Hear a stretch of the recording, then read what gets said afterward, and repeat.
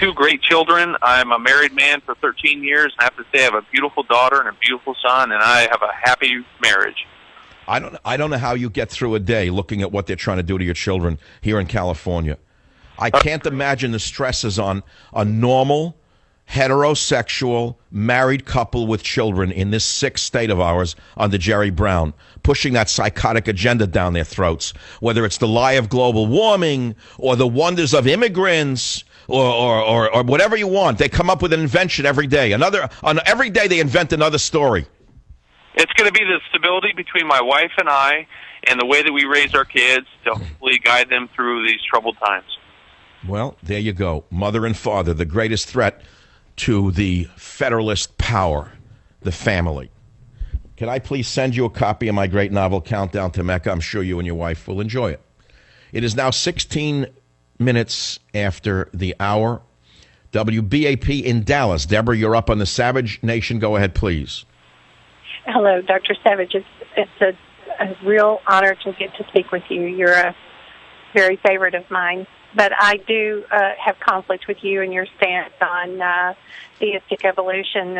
Post-Watson and Crick, there's just too much information available for theistic evolution or even one species to another to have occurred. It's been proven mathematically impossible as not having enough time, matter, or space for that to take place. So, well, wait a minute. It's been proven by whom? I want to send you a website. No, I'm not going to let you put out a website because that's just someone's biases. But you're alleging that my views of evolution are invalid because Darwin is wrong. Isn't that what you're saying? Yes, I think Darwin was... And who declared Darwin wrong? Which genius preacher said Darwin is wrong and proved that Darwin is wrong? The fact that there's no junk DNA available to do the process. Epigenetics has disproved the fact that there's even junk DNA available for the random selection and the type. I don't think you're correct at all. I don't know where you're coming up with this idea. I suppose you're a religious person who want to believe that God created all the animals neatly, all at once, and then nothing evolved since then. Isn't that what you're saying?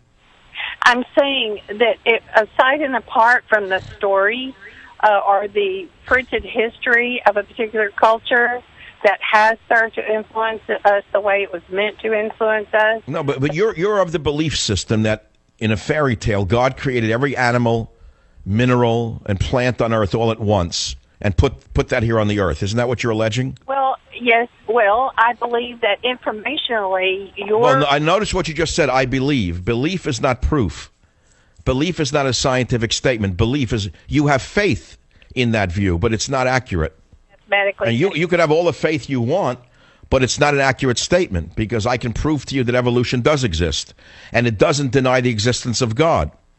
See, they can coexist. This is the problem, is that sides don't understand that they can coexist. You don't have to be either or, a believer in science and evolution or a believer in God and creation. You can have both at the same time. About the scientific method? I'm sorry, what did you say? Did you just get through talking about the scientific method? Well, what are you getting at? I'm getting at that there's a scientific methodology,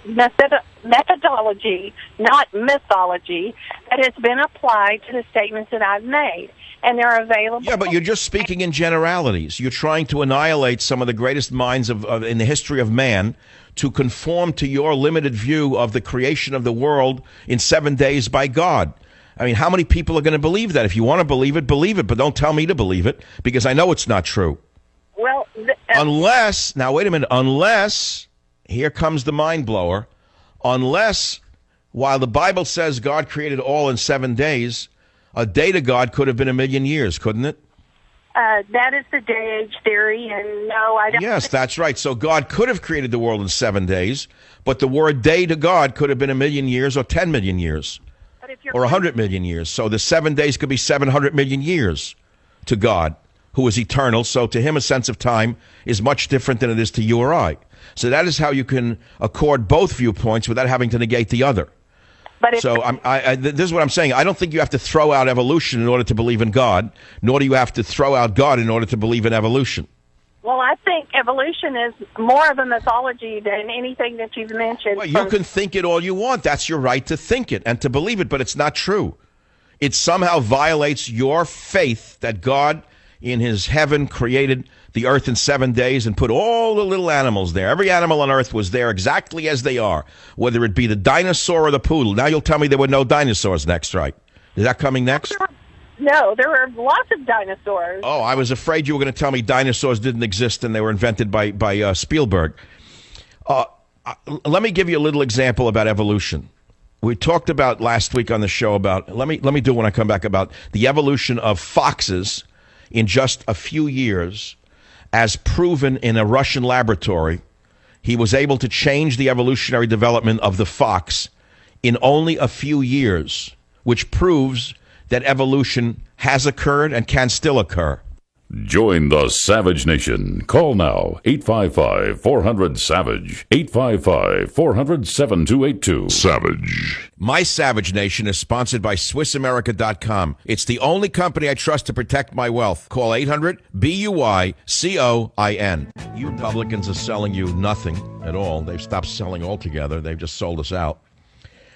And then you got the government jesters like Bill Maher, Stephen Colbert, and Jon Stewart, who work for the government, in my estimation, to gull you into thinking that they're wild, crazy guys. They're really, not conformist guys, man. They got the check pants, but they're wild, crazy guys. No, I'm a free thinker. They're not. I'm the most dangerous man in the social order, my type. And we don't really exist. They used to call us names such as a Renaissance man. Have you heard the word Renaissance man used in your lifetime? You don't even know what it is. It sounds like somebody who, well, I can't say it, it's a family show, but a Renaissance man or a free thinker. Those terms don't really apply to me.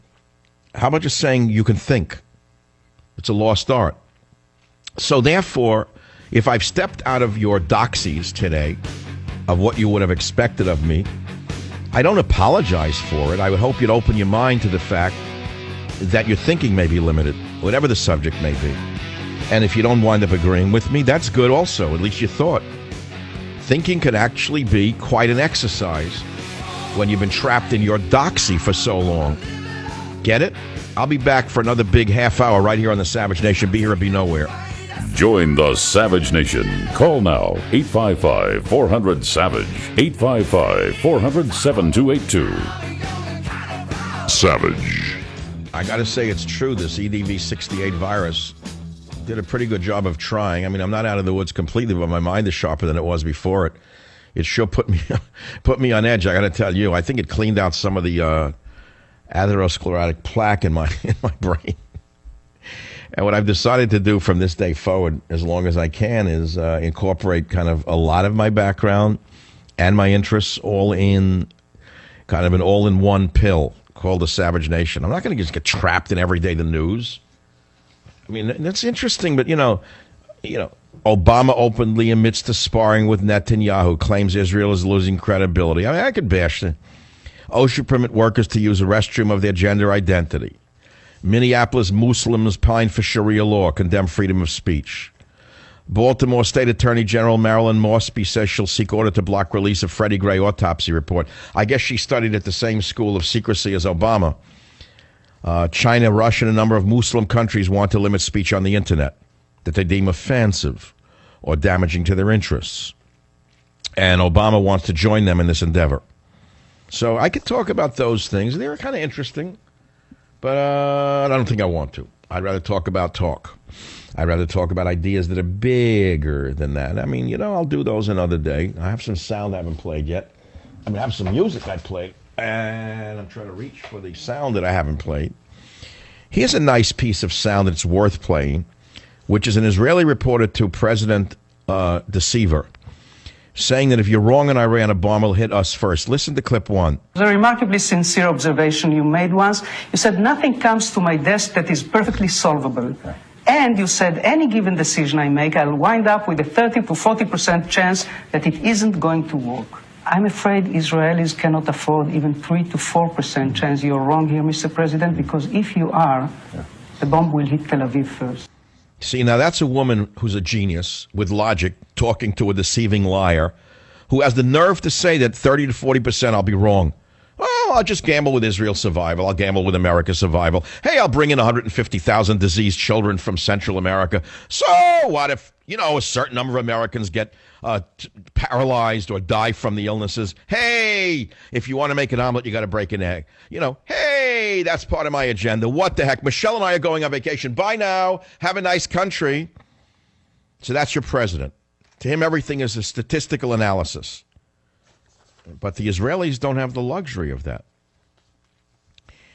855-407-2882. Lincoln Chafee, he's going to run for office now? Who is he? What's a Lincoln Chafee? Sounds like a chafing dish with a picture of Lincoln on it. So there's really not a lot of sound that's worth playing other than the same old stuff that we've heard.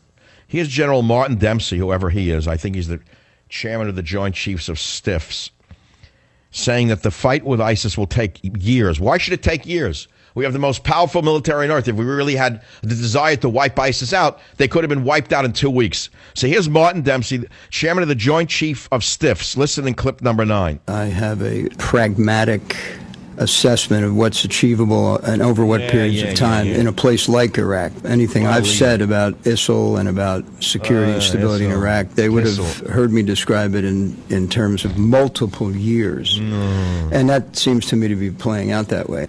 And therefore, I think this is going to take time. And so I'm not surprised that there's been this back and forth here in the early stages of what will be a long campaign.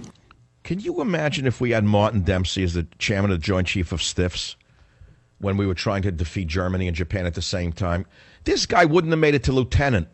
He's nothing but a fake politician, a fraud. Why do you think he's lasted so long under Obama, a man who's purged the military? Because he's a yes man, that's all.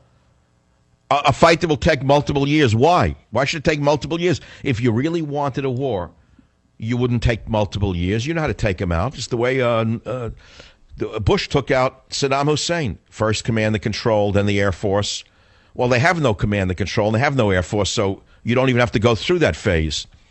Then you send in the tanks and infantry and crush them. End of story. That's a 2-week campaign. We have planes that are allegedly flying over the enemy's positions for days, if not weeks at a time, and won't fire a rocket because of this attitude. So what do you think?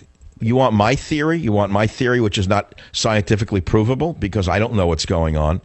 Why is this group called ISIS able to commit such heinous acts against civilization, raping, murdering, kidnapping, destroying art going back 1,200 years? Why are they able to do this? How can they do this with the world watching them when the United States military is there in the area? Israel is right in the neighborhood. They've done nothing. You've got poor Jordan and poor Egypt trying to launch strikes against them, and that's about it. We do nothing. Why? The answer is because we don't want to do anything. Because they're basically on our side. They either are on our side or they're a sort of factotum army that we're using for some reason or other against some of our other enemies and the enemies of the mind of Israel and Obama, which probably are on the same exact page on this. And my suspicion is that they want ISIS to become big enough to take over all of Syria and to kill Assad and take over Syria. That's my worst fear. Remember who wants that? McCain, the warmonger, wanted Assad taken out. Obama, the warmonger, wants Assad taken out, but he doesn't want to do it directly. They want to do it in the old shadow way, the way the British used to conduct Middle Eastern policy, which is pitting one side against the other, shadow armies against alleged enemies. And what would the end game be if ISIS becomes that powerful, if they do control Syria and Iraq? Well, as far as I understand it, ISIS is nothing but Saddam Hussein's original leadership, taking over the country again. They're going to dominate the Shia. They are the Sunni minority who were killed by our forces through 2 Iraq wars, only to resurface now in a more virulent, insane form than they were even under what's his name, Saddam Hussein. And so we will have a new Iraq under a new name called ISIL. It will be larger in territory, this time incorporating Syria. So how does Israel gain by that? Why, if my theory is correct, what would Israel gain by having not Assad, who they hate obviously, but ISIS? I guess they did a calculation, which is that ISIS would have no air force, which may be wrong because they'll capture his air force. and they'd be posing a less of a threat to Israel than does Assad. End of story. I think that's what they're thinking. That could be the war game that they worked out in their little limited minds somewhere in a bagel shop in Tel Aviv. I have no idea who's conducting these think